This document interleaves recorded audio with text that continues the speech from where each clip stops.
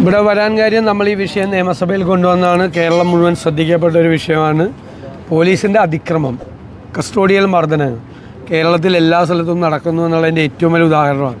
ഈ ഒരു കുടുംബം ഫൈറ്റ് ചെയ്തുകൊണ്ട് മാത്രമാണ്, അതിൻ്റെ പുറകെ നിന്നതുകൊണ്ട്, വാശിയോടുകൂടി നിന്നതുകൊണ്ട് മാത്രമാണ് അദ്ദേഹത്തിൻ്റെ പിതാവ്, ഇതിൻ്റെ ഉടമസ്ഥനും ശ്രീ ഔസേപ്പേട്ടൻ അതിൻ്റെ പുറകെ വാശിയോടുകൂടി തൻ്റെ മകനും അദ്ദേഹത്തിൻ്റെ മാനേജർക്കും ഏറ്റ മർദ്ദനത്തിന് എതിരായി സാധാരണപ്പെട്ട ആളുകളൊന്നും അതിൻ്റെ പുറകെ പോവില്ല, പോലീസിനെ ഭയന്നിട്ട്.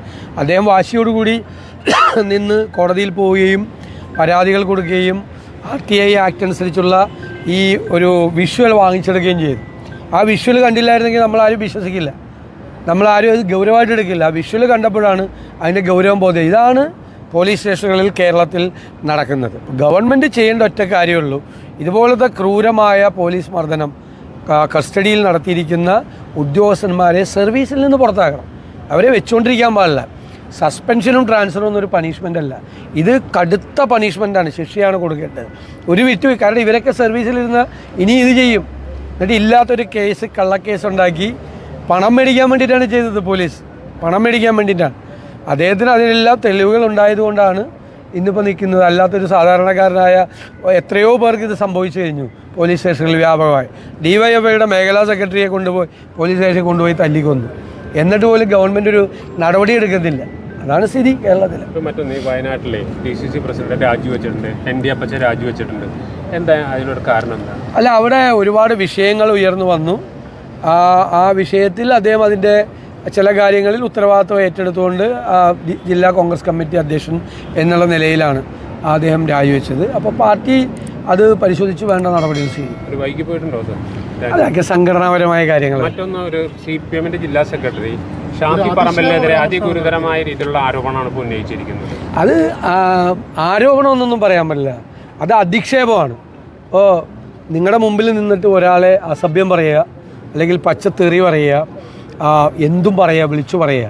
CPMൻ്റെ ഒരു ജില്ലാ സെക്രട്ടറിയാണ് അത് പറയണത്. CPM നേതൃത്വം ചെയ്യേണ്ടത് അയാളെ ഉടൻ തന്നെ ആ സ്ഥാനത്ത് നിന്ന് പുറത്താക്കുകയും ഷാഫി പറമ്പിൽ പരാതി കൊടുക്കുമെന്നാണ് ഞാൻ കരുതുന്നത്. ആ പരാതിയുടെ പുറത്ത് അയാളെ അറസ്റ്റ് ചെയ്യുകയും ചെയ്യാണ് വേണ്ടത്. ഇപ്പോൾ പറവൂരിലെ ഒരു കേസിൽ ഇല്ലാത്ത ആളുകളെയാണ് കേസെടുക്കുന്നത്. കൊടുക്കുന്ന ആളുകൾക്കെതിരായിട്ടല്ല കേസാണ്, എല്ലാവർക്കും എതിരായിട്ട് കേസാണ്. അദ്ദേഹത്തിൻ്റെ പറവൂരത്തെ ഗോപാലകൃഷ്ണൻ്റെ ഭാര്യ ഭിന്നശേഷിക്കാരിയായ അയാൾ അദ്ദേഹത്തിൻ്റെ ഭാര്യ പരാതി കൊടുത്തിട്ട് ഇതുവരെ കേസെടുത്തിട്ടില്ല. മനസ്സിലായില്ലേ?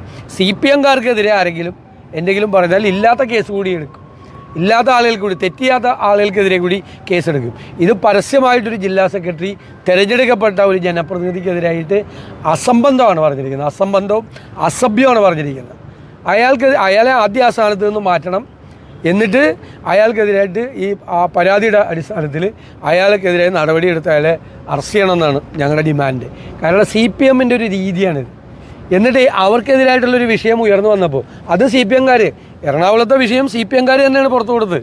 ഞങ്ങളാരും കൊടുത്തതല്ല, ഞങ്ങളുടെ ജോലിയല്ല അത്, ഇവർ തന്നെയാണ് കൊടുത്തത്. അവർ തമ്മിലുള്ള തർക്കത്തിൻ്റെ ഭാഗമായിട്ടാണ് എറണാകുളത്തെ ഈ സംഭവം പുറത്തു വന്നത്. ആ സംഭവം പുറത്തു വന്നു. അതിൽ കാണിക്കുന്ന ആവേശവും അതിൽ വെള്ളപൂശാൻ എടുക്കുന്ന ശ്രമങ്ങളൊന്നും ഈ കാര്യത്തിലില്ല. കേരളത്തിലെ വനിതകളായ മാധ്യമപ്രവർത്തകർക്കെതിരായിട്ട് ഏറ്റവും കൂടുതൽ അധിക്ഷേപം ചൊരിച്ചിട്ടുള്ള ആരാണ്? CPM ആണ്. സോഷ്യൽ മീഡിയയിൽ ഏറ്റവും മോശമായി സ്ത്രീകൾക്കെതിരെ സംസാരിച്ചിട്ടുള്ളത് ആരാ? CPM. പൊതുയോഗങ്ങളിൽ ഏറ്റവും കൂടുതൽ സ്ത്രീകൾക്കും ആളുകൾക്കും എതിരായിട്ട് ഏറ്റവും മോശമായി സംസാരിക്കുന്ന ആരാ? ഞങ്ങളെപ്പറ്റിയെല്ലാം എന്തെല്ലാമാണ് സോഷ്യൽ മീഡിയയിൽ വരുന്നത്.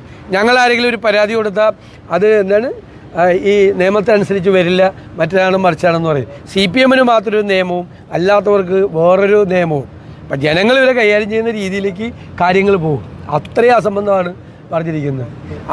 ജില്ലാ സെക്രട്ടറിയും ഒക്കെ കൂടിയാണ് ഞങ്ങൾക്ക് അന്ന് അത്രയും ഭൂരിപക്ഷം കൂട്ടി തന്നത് പാലക്കാട്, സംസാരിച്ച് അത് പുറത്തിറങ്ങി വന്നിരിക്കുക. കാരണം ഇവർക്കൊന്നും പറയാനില്ല.